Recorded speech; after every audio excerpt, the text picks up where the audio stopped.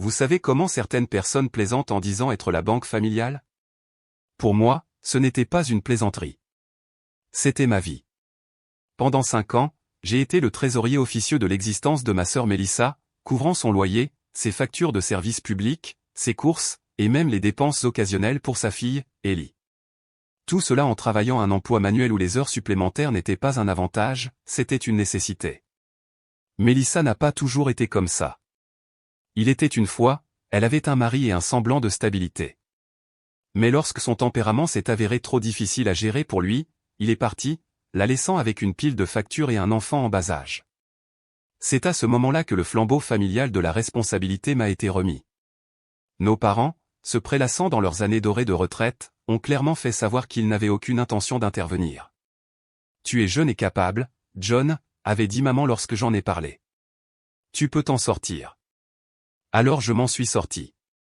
J'ai serré ma ceinture, j'ai fait des heures supplémentaires et j'ai mis mes propres rêves en suspens, tout cela pour que Mélissa et Ellie ne manquent de rien. Je me suis dit que c'était la chose à faire.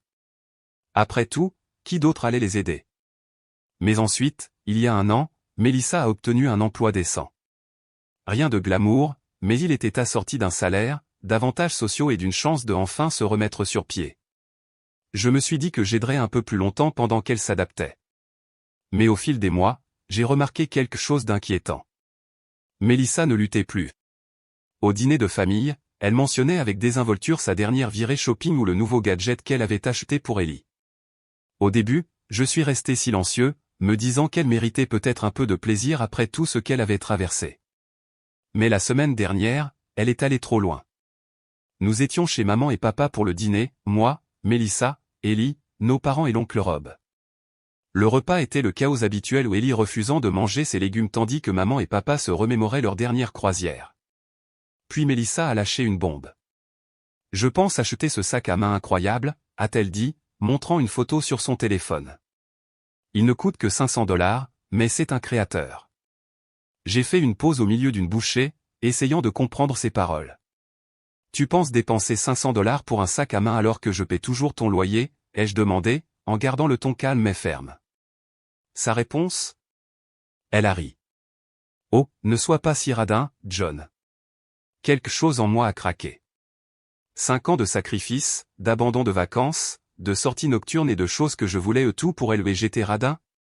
J'ai posé ma fourchette, mon appétit disparu. Radin, ai-je répété, ma voix froide. Parlons de radin, Mélissa. Comme la façon dont j'ai payé ton loyer pendant que tu achètes des sacs à main, ou comme j'ai tout sacrifié pendant que tu prétends que tu luttes. Tu sais quoi? J'en ai assez. La pièce est tombée silencieuse. Maman et papa ont soudainement trouvé leur pomme de terre pilée fascinante, tandis que Mélissa me regardait avec incrédulité. Qu'est-ce que tu veux dire, assez, a-t-elle demandé, le ton incrédule. Je veux dire plus de loyer, plus de courses, plus de cadeaux, ai-je dit, me levant. Tu es seul. L'oncle Rob s'est penché en arrière dans sa chaise et a sifflé doucement. Bravo, John, a-t-il dit, en me tapant dans le dos. Tu ne dois rien à personne. Mélissa a bégayé, essayant de formuler une réponse, mais je n'ai pas attendu. J'ai pris ma veste et je me suis dirigé vers la porte, ne m'arrêtant que pour ajouter, et si tu penses que c'est une colère passagère, tu te trompes. Il est temps que tu grandisses, Mélissa. Je suis parti, mon cœur battant dans ma poitrine. Le soulagement et la colère se disputaient la suprématie alors que je rentrais chez moi. 5 ans à être la banque familiale, et c'est ainsi que j'ai été traité? Je ne savais pas que les retombées de ce dîner n'étaient que le début, et ce qui allait suivre me mettrait à l'épreuve plus que je ne l'aurais jamais cru possible. Le silence de Mélissa était déconcertant. Des jours ont passé, puis une semaine, et je n'ai rien entendu de sa part, pas de texto en colère, pas de messages vocaux culpabilisants, rien. C'était trop calme, comme le calme avant la tempête. Je n'arrêtais pas de me dire que j'avais fait la bonne chose, mais la pensée lancinante que quelque chose se tramait me tenait sur le qui-vive. Ce quelque chose est arrivé tard une nuit sous la forme d'un coup à ma porte. Lorsque je l'ai ouverte, je n'ai pas été surpris de voir mes parents debout là, leurs expressions un mélange d'agacement et d'indignation pieuse. Nous devons parler de Mélissa, a dit maman sans préambule, entrant comme si elle était invitée. Papa a suivi, fermant la porte derrière lui. J'ai croisé les bras, m'appuyant contre le comptoir de la cuisine. Le devons-nous?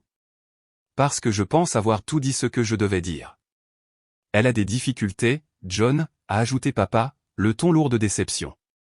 Ellie ne mérite pas de souffrir à cause de ta rigidité. Je n'ai pu m'empêcher de rire, même si ce n'était pas de rire. Laisse-moi comprendre, vous deux, qui avez passé les 5 dernières années en croisière et à des dégustations de vin, voulez me faire la leçon sur la responsabilité familiale.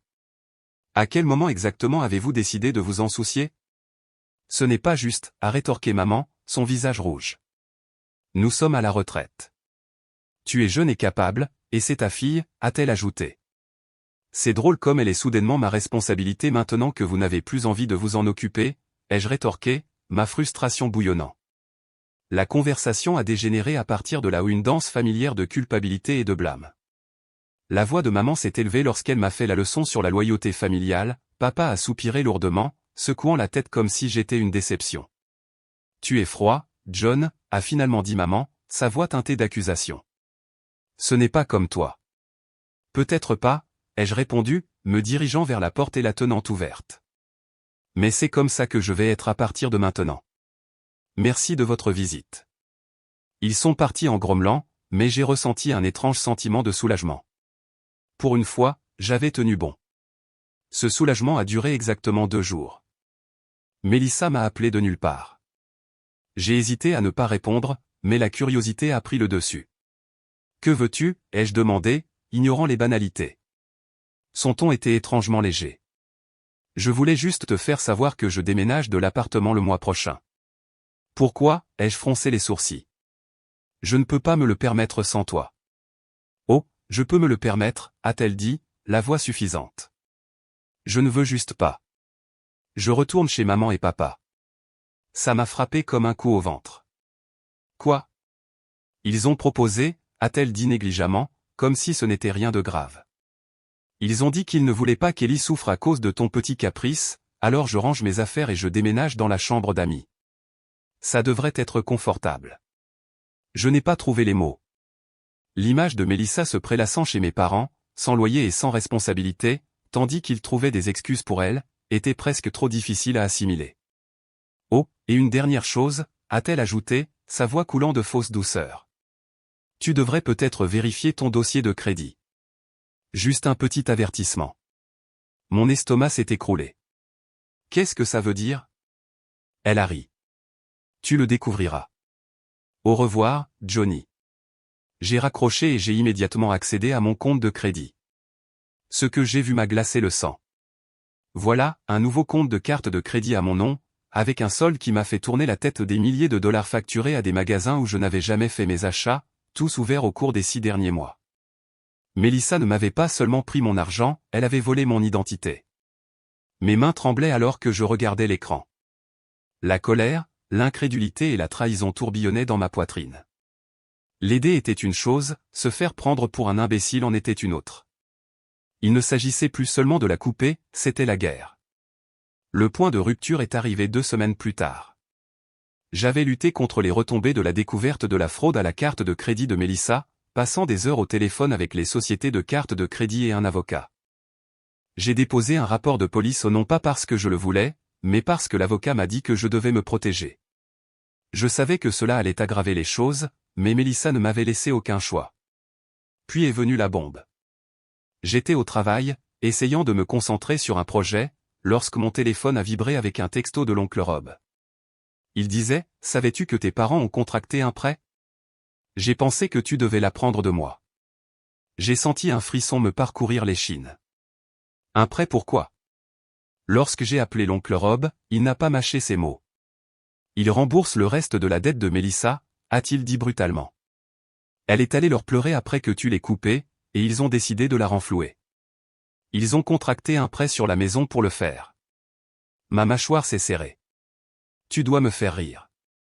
Je le voudrais bien, a répondu Rob. Il ne voulait pas que tu le découvres, mais j'ai pensé que tu méritais de le savoir. J'ai raccroché, mon sang bouillant. Ils étaient passés derrière mon dos, encourageant Mélissa encore une fois et risquant leur propre stabilité financière pour le faire. Pire encore, ils s'attendaient toujours à ce que je garde le silence et ramasse les morceaux lorsque tout s'effondrerait. Ce soir-là, je suis allé directement chez mes parents. Lorsque je suis entré, ils étaient assis dans le salon avec Mélissa, riant comme si tout allait bien. Dès qu'ils m'ont vu, l'ambiance a changé. John, a dit maman prudemment. Que fais-tu ici? Je suis là parce que je viens d'apprendre le prêt, ai-je dit, ma voix tremblant de fureur à peine contenue. Veux-tu m'expliquer? Le visage de maman est devenu pâle, mais papa s'est levé, l'expression sévère. Nous avons fait ce que nous avions à faire. Ellie ne mérite pas de souffrir à cause de ta rigidité. Et toi, ai-je exigé, en montrant Mélissa du doigt. Quelle est ton excuse cette fois? Voler mon identité ne suffisait pas? Mélissa a croisé les bras, le ton défiant. J'ai fait ce que j'avais à faire, John. Tu m'as coupé. Que devais-je faire? Tu devais grandir, ai-je rétorqué.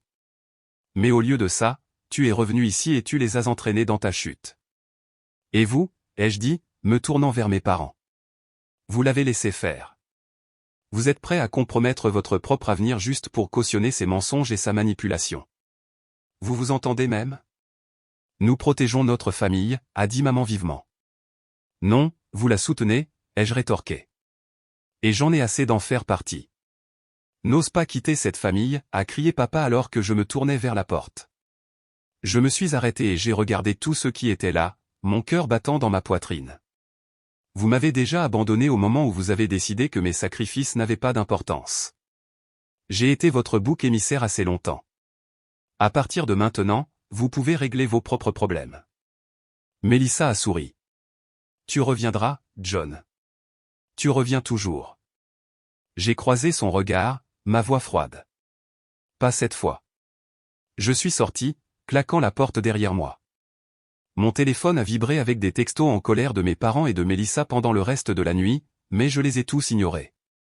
Pour la première fois depuis des années, je n'étais pas accablé par leurs exigences. Je n'étais plus leur banque, leur réparateur, ni leur imbécile. J'étais libre. Ce n'était pas seulement de la défiance, c'était une libération, et je n'avais aucune intention de regarder en arrière. Les retombées ont été immédiates. Quelques heures après être sorti de chez mes parents, le groupe de discussion familiale a explosé. Message après message de mes parents et de Mélissa ont rempli l'écran, chacun plus dramatique que le précédent. Maman, tu détruis cette famille, John. Papa, nous t'avons élevé pour être meilleur que ça. Mélissa, Ellie a le cœur brisé. Tu es un lâche égoïste. J'ai posé mon téléphone, ma mâchoire serrée, et je suis allé me promener. La nuit était fraîche et calme, un contraste saisissant avec le chaos qui tourbillonnait dans ma tête. Je me sentais à vif, en partie en colère, en partie triste, en partie soulagé. Pendant des années, j'avais porté le poids des attentes de ma famille, et maintenant que je l'avais enfin abandonné, je ne savais pas quoi faire de moi. Le lendemain, j'ai reçu un appel inattendu de l'oncle Rob. J'ai entendu parler de ce qui s'est passé, a-t-il dit brutalement. Bien pour toi, gamin. Quelqu'un devait leur tenir tête. J'ai expiré un souffle que je ne réalisais pas retenir. Merci, Rob. Je ne me sens pas comme un héros en ce moment. Tu n'es pas le héros, a-t-il dit brutalement. Tu es juste le seul à avoir du bon sens. Ces paroles m'ont donné une lueur de validation. Pourtant, les jours qui ont suivi ont été difficiles. Mes parents ont cessé d'appeler, mais le silence n'était pas réconfortant. Je savais qu'ils étaient furieux, et je savais que ce n'était pas fini. Mélissa, cependant, n'était pas aussi silencieuse. Elle s'est tournée vers les médias sociaux, publiant des messages vagues mais pointus. C'est triste lorsque les personnes qui sont censées vous aimer le plus sont les premières à vous abandonner. Ma famille préférée est censée être pour toujours. Apparemment pas pour tout le monde. Le véritable point de rupture est survenu une semaine plus tard lorsque mes parents m'ont invité à dîner. Contre mon meilleur jugement, j'y suis allé. Peut-être espérais-je toujours qu'il y ait une chance de réconciliation. Lorsque je suis arrivé, l'atmosphère était tendue.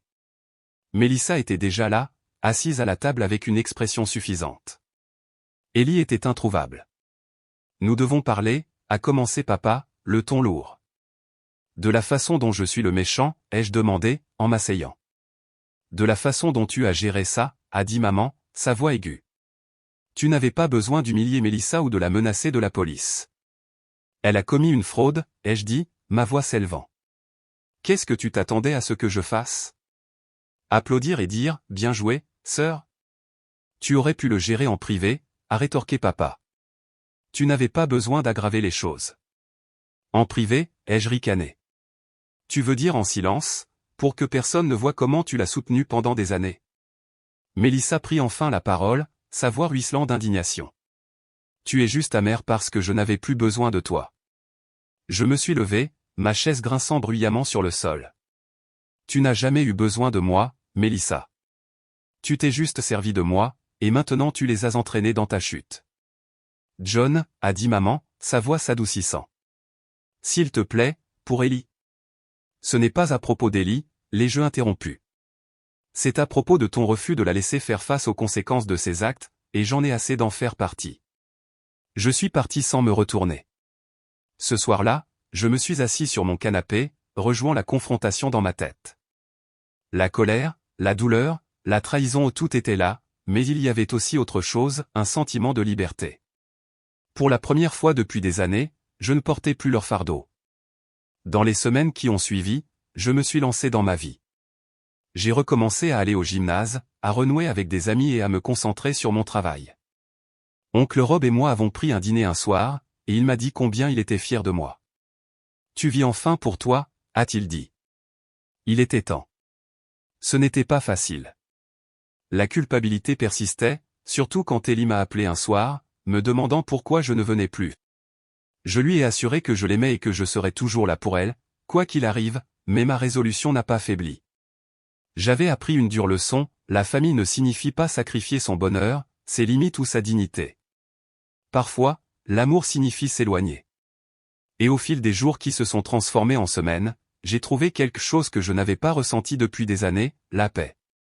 Dans les mois qui ont suivi, ma vie s'est transformée de manière inattendue. Au début, le silence de mes parents et de Mélissa était assourdissant. Pendant des années, j'avais été leur filet de sécurité, leur solutionnaire de problèmes, leur banque. Maintenant, je n'étais que moi. L'absence de leur demande constante était étrange, mais elle a aussi laissé place à quelque chose que je n'avais pas eu depuis longtemps, la paix. J'ai commencé à remplir mes journées de choses qui me procuraient de la joie. J'ai rejoint une ligue de basketball récréative, chose que j'avais reportée pendant des années à cause du travail et des obligations familiales. J'ai enfin fait un week-end à la montagne, un rêve que j'avais mis de côté tellement de fois qu'il avait commencé à ressembler à un fantasme. Debout au bord d'un lac tranquille, sans que personne ne m'envoie des textos à propos des factures ou du loyer ou ne me culpabilise pour résoudre leurs problèmes, j'ai ressenti quelque chose que je n'avais pas ressenti depuis des années, la liberté. Le travail est redevenu une source de fierté, sans le nuage de drames familiaux qui planait au-dessus de moi.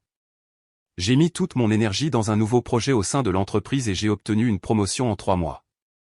Mes collègues ont également remarqué le changement. Tu sembles plus léger, a dit l'un d'eux lors d'un déjeuner d'équipe. Comme si tu respirais enfin. Ils avaient raison.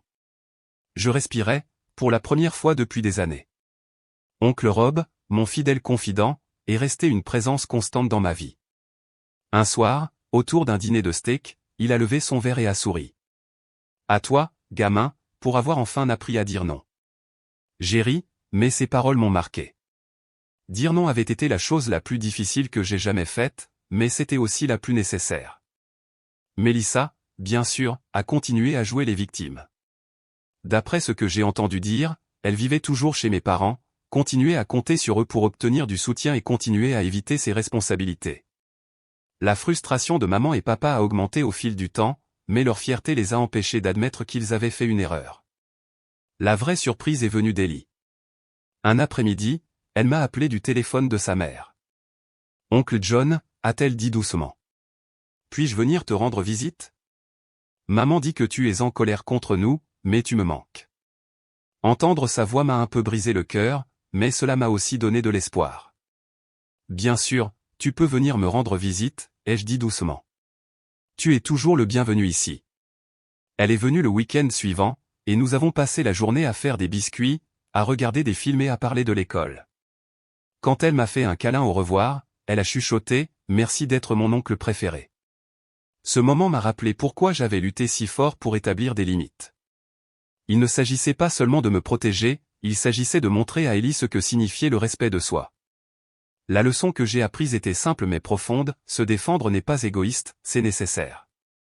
La famille ne signifie pas être un paillasson, cela signifie le respect, le soutien et les soins mutuels. Et lorsque ces choses manquent, il est acceptable de s'éloigner. La distance avec ma famille n'a pas été facile, mais elle m'a donné l'espace pour construire une vie dont je pouvais être fier. Je ne survivais plus, je prospérais. Et pour la première fois depuis des années, j'avais l'impression d'être exactement là où je devais être. Un soir, alors que je me tenais sur mon balcon à regarder le coucher du soleil, j'ai réalisé quelque chose d'important, je n'avais pas perdu une famille, je m'étais retrouvé moi-même. Et c'était un échange que je referais en un clin d'œil. Deuxième histoire. La robe blanche scintillante pendait dans mon placard, une cruelle moquerie de la vie que je pensais être sur le point de vivre. Seulement 2 semaines avant que je ne sois censé marcher jusqu'à l'hôtel, mon fiancé, Alex, a disparu. Cela a commencé assez innocemment. Je me suis réveillé un matin, et il était tout simplement parti. Pas de mots, pas de texto, pas de « je t'aime » chuchoté avant de sortir par la porte. Juste un espace vide à côté de moi dans le lit et un silence glaçant dans notre appartement. La panique m'a serré la gorge. J'ai appelé son portable 1 000 de fois, chaque sonnerie sans réponse était un coup de marteau sur mon espoir qui diminuait. J'ai envoyé des textos, des emails, j'ai parcouru les médias sociaux à la recherche du moindre signe de vie. Rien. Sa famille était tout aussi désemparée. Sa mère, Dieu la bénisse, a essayé d'apaiser mes angoisses, mais sa voix tremblante trahissait sa propre peur. Les jours se sont transformés en une éternité agonisante. J'étais une coquille vide, fonctionnant sur le pilote automatique. Les préparatifs de mariage dans lesquels j'avais mis tout mon cœur et mon âme étaient maintenant un monument grotesque à un amour qui semblait s'être évaporé. Puis, un cruel coup du sort. Un de ses amis, ignorant la tourmente, a posté une photo sur Instagram, un groupe de garçons, des bières à la main, souriant à la caméra dans un bar espagnol. Alex, au premier plan, avait l'air insouciant et totalement déchargé. La rage, chaude et dévorante, m'a envahi. Il était en pleine fête de garçons improvisés, faisant la fête en Espagne, tandis que j'étais là, noyé dans l'inquiétude et le chagrin. J'ai envoyé un texto furieux, exigeant des explications, menaçant d'annuler le mariage s'il ne prenait pas le prochain vol pour rentrer chez lui. Il a finalement rappelé, mais au lieu des excuses rampantes que je désirais, il a présenté des excuses. Ses amis l'avaient planifié, a-t-il gémi. Ils avaient déjà tout payé, il serait impoli de se retirer. Il avait essayé de m'appeler, mais son téléphone dysfonctionnait. Impoli, ai-je craché, la voix tremblante. Tu disparaissais sans un mot 2 semaines avant notre mariage, et tu t'inquiètes d'être impoli envers tes amis? Il n'a pas compris. Il n'a tout simplement pas saisi l'ampleur de sa trahison. Il a continué à parler de la façon dont il méritait de vivre des expériences avant de se caser, de la façon dont il était avec moi depuis que nous étions pratiquement enfants. Expérience de vie, ai-je raillé. Et notre vie ensemble? Et les vœux que tu étais sur le point de faire? La conversation a dégénéré. Il a refusé de rentrer à la maison, insistant sur le fait qu'il serait de retour quelques jours avant le mariage. Débrouille-toi, a-t-il dit, la voix froide avant de raccrocher. Débrouille-toi. Comment pouvais-je gérer cette blessure béante dans mon cœur, cette destruction de la confiance? J'ai essayé de raisonner avec lui, de faire appel à son sens des responsabilités, de lui rappeler la vie que nous construisions ensemble, mais c'était comme parler à un mur de briques. Il était perdu dans ses propres désirs égoïstes, aveuglé par l'attrait d'un voyage de garçon insouciant. Après des jours de silence angoissant, j'ai pris la décision la plus difficile de ma vie. Des doigts tremblants, j'ai envoyé des messages à nos amis et à notre famille, annulant le mariage. Je me suis occupé des fournisseurs, des traiteurs, du fleuriste l'avalanche de cauchemars logistiques qui s'est effondré avec la force d'un raz-de-marée. Mes parents m'ont supplié de reconsidérer, d'attendre qu'ils reviennent, d'en discuter. Mais la douleur était trop vive, la trahison trop profonde. Je ne pouvais pas supporter l'idée de le faire face, de voir l'indifférence dans ses yeux, le manque de remords pour la dévastation qu'il avait causée. J'en avais fini. Nos 6 années ensemble, les rêves que nous avions partagés, l'avenir que nous avions planifié où tout s'est effondré en poussière à la suite de sa décision égoïste et imprudente. Les jours précédant le mariage qui n'a pas eu lieu ont été un flou de chagrin et de colère. Je me suis déplacé dans la vie dans un état second, les vœux de bonne chance et les condoléances des amis et de la famille étaient un rappel constant de ce que j'avais perdu. Mon appartement, autrefois un sanctuaire d'amour et de rire, ressemblait maintenant à un tombeau. Chaque coin gardait un souvenir, un fantôme de la vie qui devait être. Alex est finalement revenu quelques jours avant le mariage qui n'a pas eu lieu, agissant avec surprise et indignation parce qu'il n'y avait pas de célébration à laquelle rentrer. Il s'est présenté à ma porte, un bouquet de fleurs fanées à la main, s'attendant au pardon. J'ai refusé de le laisser entrer. « Tu as fait ton choix, Alex », ai-je dit par la porte fermée, la voix tremblante. « Maintenant, tu dois vivre avec les conséquences. » Il a supplié, il a imploré, il a juré qu'il ferait tout pour arranger les choses, mais les mots sonnaient creux. Comment pouvais-je lui faire confiance à nouveau après qu'il ait si négligemment rejeté notre relation? Il est finalement parti, les épaules affaissées, l'écho de ses pas qui s'éloignaient était une mélodie obsédante dans le couloir vide. La culpabilité me rongeait. Ses parents ont appelé, leur voix épaisse d'inquiétude, me disant combien il était dévasté, comment il refusait de manger, comment il passait ses journées enfermé dans sa chambre, rejouant ses erreurs. Mes propres parents, bien que d'abord compréhensifs, ont commencé à hésiter. « Ne penses-tu pas que tu es un peu dur » a osé ma mère un jour, sa voix empreinte d'inquiétude. « Peut-être devrais-tu lui parler, lui donner une chance de s'expliquer. » « Expliquer quoi » ai-je rétorqué, la colère reprenant le dessus. Comment il a donné la priorité à un voyage de garçon à notre avenir? Comment il pensait pouvoir simplement revenir et s'attendre à ce que tout aille bien? La culpabilité luttait contre la colère, un bras de fer constant dans mon âme. Avais-je réagi de façon excessive?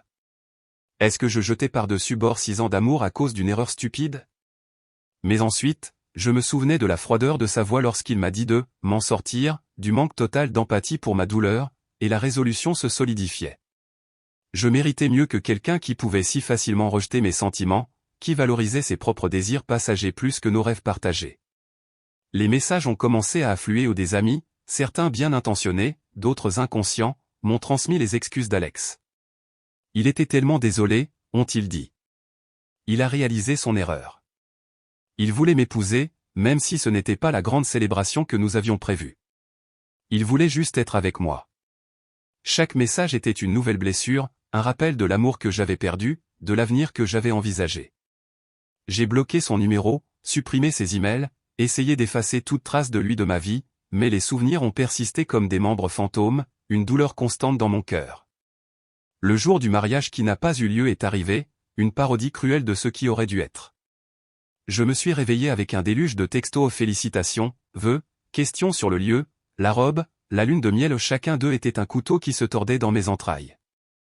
J'ai passé la journée dans un brouillard, errant sans but dans la ville, essayant d'échapper au poids étouffant de ce qui aurait dû être. L'image d'Alex souriant dans ce bar espagnol me hantait. A-t-il pensé à moi ce jour-là? A-t-il épargné un seul instant de regret pour la vie qu'il avait jetée? Au coucher du soleil, projetant de longues ombres sur le paysage urbain, une vague d'épuisement m'a envahi. J'étais fatigué de me battre, fatigué de souffrir, fatigué du cycle sans fin de culpabilité et de colère.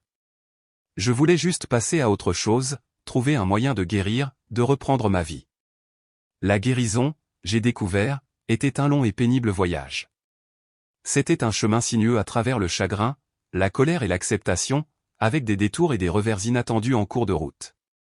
Je me suis lancé dans le travail, trouvant du réconfort dans le rythme familier des délais et des livrables.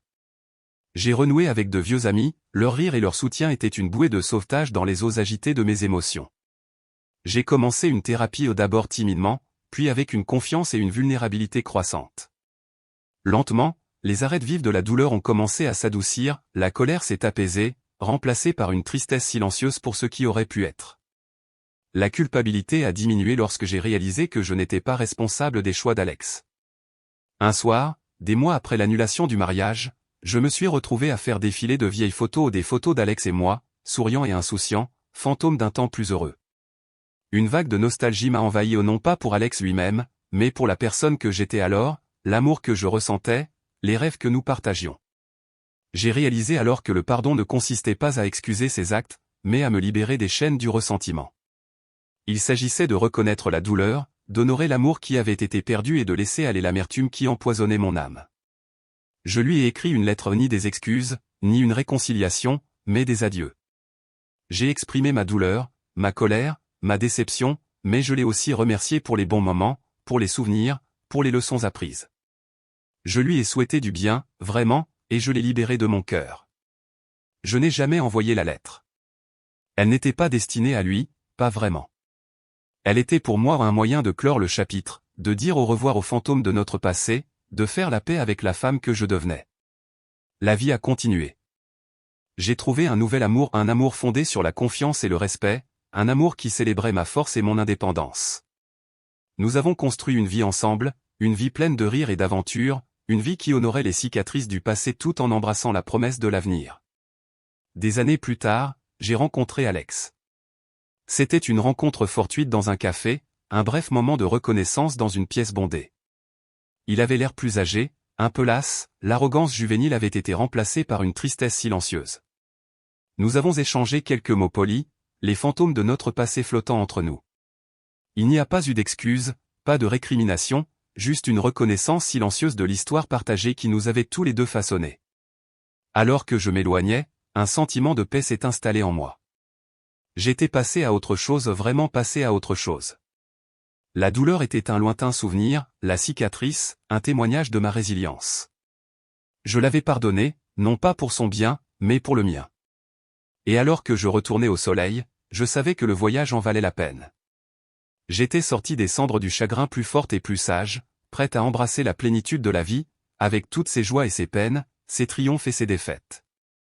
Le mariage annulé, la trahison, la douleur, tout cela avait été un catalyseur de croissance, un creuset qui avait forgé une nouvelle version de moi-même, plus forte. Et pour cela, j'étais reconnaissante.